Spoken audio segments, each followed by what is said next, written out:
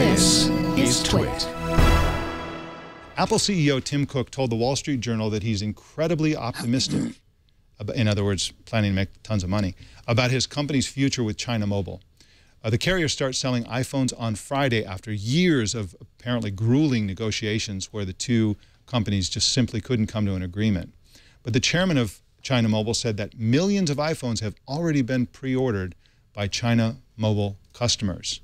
Well, joining us to talk about this story is Leander Kahney, publisher of Cult of Mac and Cult of Android, two blogs which I, by the way, contribute to, and the author of 4 books about Apple, the most recent of which is titled Jony Ive, the Genius Behind Apple's Greatest Products. Welcome, Leander. Hey, Mike. Hey, thanks. So why is China, other than the obvious fact that China has lots of people who apparently buy lots of phones, why is China so important to Apple? I think it's already their 3rd largest market, and it could be possibly their biggest market, especially with this China Mobile deal. This was the big sort of missing piece of the jigsaw puzzle. And China, I think, is so potentially huge. It's got a really rapidly expanding middle class.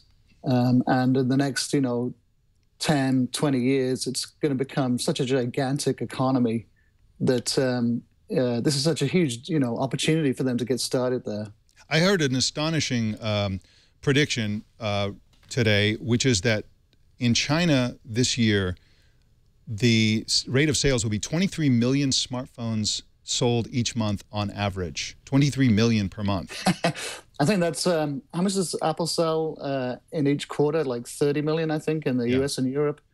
So yeah, it's, I don't think people have really grasped how big an economy China can be. I just was looking at statistics before coming on the show, and it said that China already accounts for 1/3 of global luxury goods sales. So high-end bags, shoes, jewelry, watches, cars, already 1/3 of it comes from China. That's domestically and overseas. And the iPhone is definitely a luxury item in China. I believe that the 16-gigabyte iPhone 5S costs $874 in China, and this is in a country where the average cell phone price is about $100.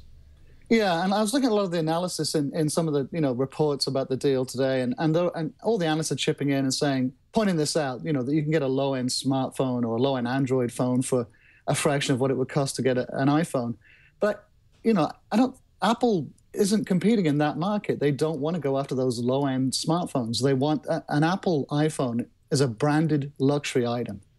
And the funny thing, the ironic thing about the Chinese economy at the moment is that Chinese consumers don't want knockoffs. Right. They want the genuine item, and this is it's a status item. And I have no doubt that they will sell as many as they can make. Well, I think that's a really interesting point, Leander, that the existence of so many knockoffs in China has made the real thing a super luxury item and a real point of bragging rights and so on. Well, Leander, thank you for joining us for this segment. You can find Leander at Cult of Mac, Cult of Android, and you can see his analysis on those blogs. And you can also pick up his book, Jony Ive. I've read it. It's a fantastic book. It's literally one of the best books about Apple that I've ever read. Tons of new detail that I've never heard before. So that's a fantastic book. Leander, thank you for joining us. Thank you, Mike. Thanks.